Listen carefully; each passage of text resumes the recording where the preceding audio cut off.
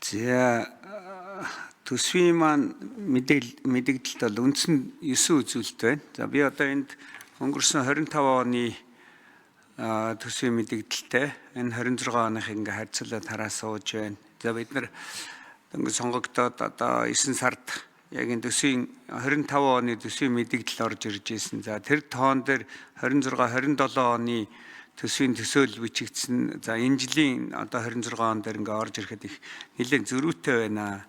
Тэгэхээр энэ зөрүүнүүдийг бид нар бас их бодож энэ дээрээ дүгнэлт хийж аль болохоор жишээлбэл сая одоо хэрэглээний үнийн өсөлтийн түвшин 25 оны төсвийн төсөөлөл дээр 26 оныг бол 5% байна гэсэн бол одоо бид 7% болсон. 7 гэдгээ 8-9% рүү орсон байна гэдээ ингээд ярьж байна. Тэгэхээр энэ бол ингээд нэг 40%, за тэрнээс дээш 50-60%-аар ингээд зөрүүтэй болж орж ирж байна. За тэгэхээр энэ үндслээ бид нар одоо яг барихын тулд одоо чааш нь 6.4 6% багасгаад явна гэж байгаа. Энэ үндслүүдийг л сайн сонсомоор байна. За дотоодын нийт бүтээгдэхүүн мөн л зөрүүтэй байж байна. За одоо бид нар 6.5% барина гэжсэн бол одоо 6% барина гэсэн төлөвлөлт орж ирж байна. За тэр нь ч багасах ч юм уу тийм ээ. Өшөө хасах 7.7%-аар ингээ багасч байна. За тэрнээс гадна орлого бас ерөнхийдөө 3.7%-аар би ингээ харьцуулж харсныг хэлж байна. 26 онтой 27 оноо 25 26 оны төсвийн төсөөлөл харьцуулахад 3.7 бол харин энэ дээр сайшаалтаа нь бол зарлагаа бас багасгаж гаргаж ирсэн нь бол бас зүв байна гэж ингэж харж байна. Бас нэлээд ажиллаад гаргасан төсөөлөл байна гэдгийг ингэж харж байна. За ингээд үүнтэй холбогдуулаад нэг 3 асуулт байж байна. За нэгдүгээрт бол эдийн засгийн хүндэрч байгаа энэ үед дотоодын нийт бүтээгдэхүүнийг дээшлүүлэх инфляцаа докторжуулахын тулд хөрөнгө оруулалт ялангуяа экспортын төслүүдийг хамттан танилцуулбал зүв байсан болов уу? Ийм төслүүд байна уу? За ийм байвал танилцуулж өгөөч. Ийм төслүүдийн орчнуудыг одоо хэрхэн бүрдүүлж байгаа вэ гэдэг нэгдүгээр асуулт байна. Хоёрдугаар асуулт нь нийгмийн халамжийн тухай хууль заасны дагуу төсөөс хуваарлах зардлын хэмжээг нэмэгдүүлэхээр жил болгон нэмэгдэхээр ирж өмнөх жилтэй харьцуулахад бол багассан байна. Гэтэл бид нар ч одоо халамжаас татгалзнаа. За халамжийг одоо аль болохоор танна гэдэг. Гэтэл одоо тансан зүйл юу байна вэ гэдгийг нийгмийн халамжийн тал дээр асуумаар байна. За 3 дугаарт нь одоо яалтчгүй л одоо ядуурл бол одоо бодтой нүүрлсэн. Тэгээ ядуурлын энэ ард түмэн маань иргэд маань бүгдээрээ л энэ ядуурлын тойрогт орчоод байна. Тэгээ энэ ядуурлын тойрогоос гаргах тэр ганц төмөр сайд ярьжсэн ядуурлаас гаргаад бүгдээрээ гарц гаргалгаагаа гаргая гэсэн. Энэ бол ерөөсө олон улсын шийтвэрчлэг байна.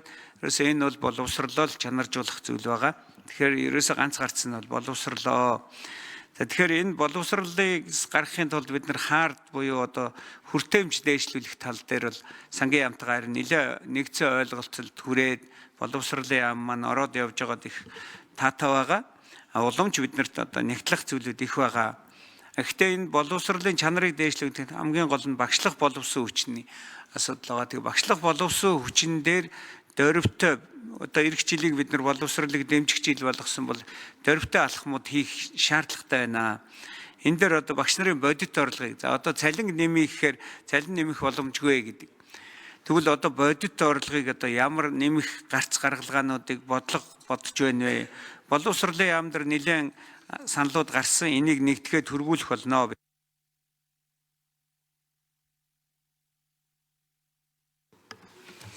Байгаан төмөр сайд хариулт өгье. За. Хэн хариултах вэ? Эдийн засаг хөгжлийн яам, инк хамгаалал, 4-р энэ дэр.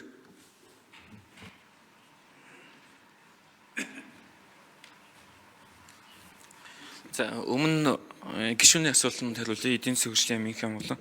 Өмнө өнгөрсөн намар батлагдсан төсвийн хүрээний мэдээллээс эдийн засгийн өсөлтийг бууруулсан байгаа. Өмнө 26 оны эдийн засгийн өсөлтийг 6.5 гэж хэлсэн бол 6 болгож бууруулсан. Инфляцийг мөн нэмэгдүүлсэн байгаа. Энийний цааш шалтгаан нь бол одоо яг энэ гадаад зах зээл дээр бий болсон тодорхой бус байдалтай холбоотой, энэтэй холбоотой нүүдэлсний үн унсан, манай экспортын орлого багассантай холбоотой эрсдлүүдийг илүү тусгаж өгсөн байгаа гэж тэгж ойлгож байна. За халамжийг бууруулахтай холбоотой бодит тоонууд юу байна гэж асуулаа. Халамж дээр бол 24 онд бол нийт халамж нь өөрөө дотоодын нийт бүтээгдэхүүнийхээ 3% тэнцүү байсан. Энийг бол 24 онд 26 онд 2.5%, 27 онд нийт эдийн засгийн дотоодын нийт бүтээгдэхүүний 2.4% тэнцэхээр 28 онд 2.2% тэнцэхээр хэмжээтэй болгож бууруулна гэсэн ийм тоонуудыг төсвийн хүрээний мэдээлэл тусгасан байгаа.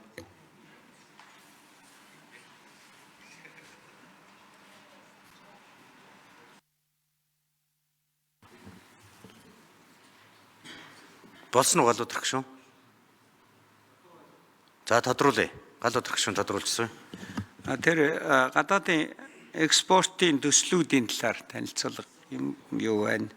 За мөн боловсролын жилд бодлогын одоо багш нарын багшлах боловсон үйлчлэг нэмэгдүүлэх талаар ямар бодлого оруулсан бэ гэдгийг нэгдүгээр асууя. За бид нар боловсролын яам дээр ажлын хэсэг ажиллаад тэндээс нэлээд саналуудыг багш нар өөрөөр хэлбэл нөөц багш нарыг татаж оролцуулж ирэх шилдэг төгсөгчдийг багш болох талаар нэлээд саналууд гаргаж байгаа. Энэ саналуудыг одоо тусгасан тийм тусгаад одоо сангийн яам, за цааш нь эдийн засгийн хөгжлийн яамд оруулах ийм саналууд байгаа. Энийг одоо хүлээж авах тал дээр бас санал оруулнаа.